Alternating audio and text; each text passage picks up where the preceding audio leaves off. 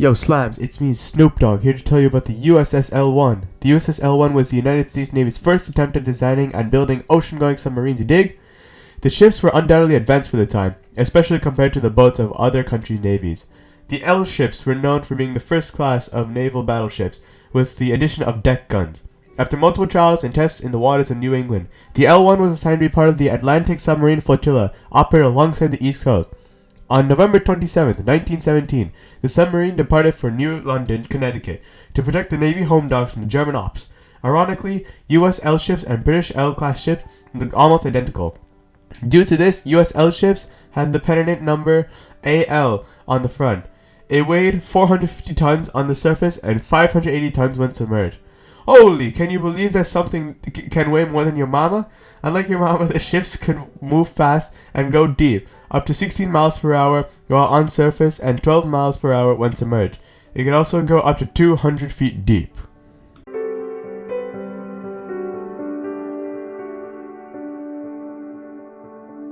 Yo, Jits, take a look at this big dog. This is the Colt Browning M1895, a mass-produced machine gun to shoot all the German cuz trying to overrule our trenches.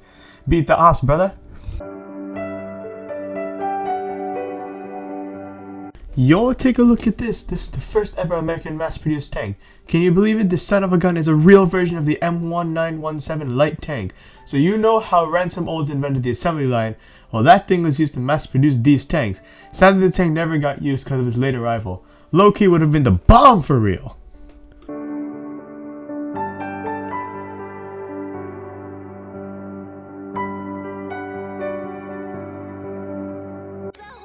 So normally I don't talk about this kind of stuff, but this simulation is really great. I haven't seen anything virtual as realistic as this, and it puts you into a time you can never go back to.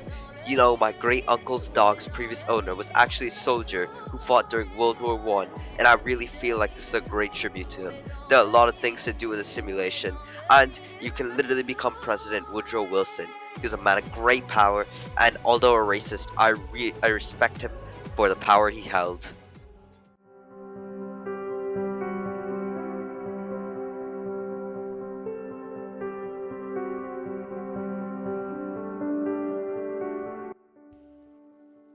Hello everyone, it's me, former President Obama, and I'd like to talk to you about the propaganda wing here at the Great Wall Museum. At the time, posters were the most successful form of commercial advertising. These posters played on America's public sense of national pride and civic duty. The famous Uncle Sam Needs You poster was drawn up at this time and was originally found in the popular Leslie's Illustrated Weekly newspaper.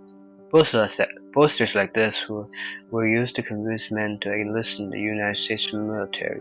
The United States had been in a period of neutrality for so long, and completely switching sides would prove to be a tough task.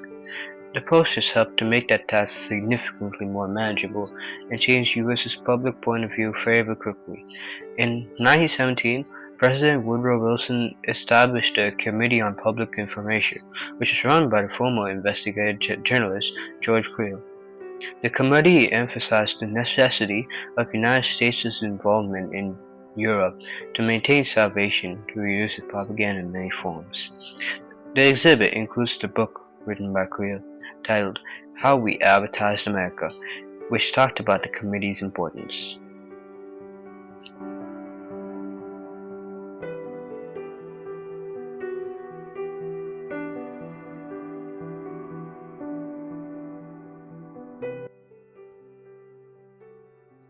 Social life was also vastly changing during World War I and would leave a great impact that would change the course of the United States forever.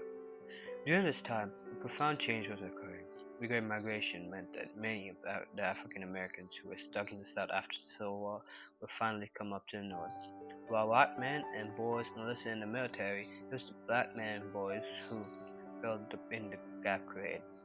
Many African Americans moved to big cities like New York, Chicago, Philadelphia, hoping for a better life. In these new urban settings, they could explore opportunities never previously presented to them. This sparked the Harlem Renaissance, in which artists of many forms would create their art. The most famous poet, Langston Hughes, wrote many poems at the time, talking about the struggles of the black man. His most famous poem, and my personal favorite, The Negro Speaks of the Rivers, lies in this exhibit.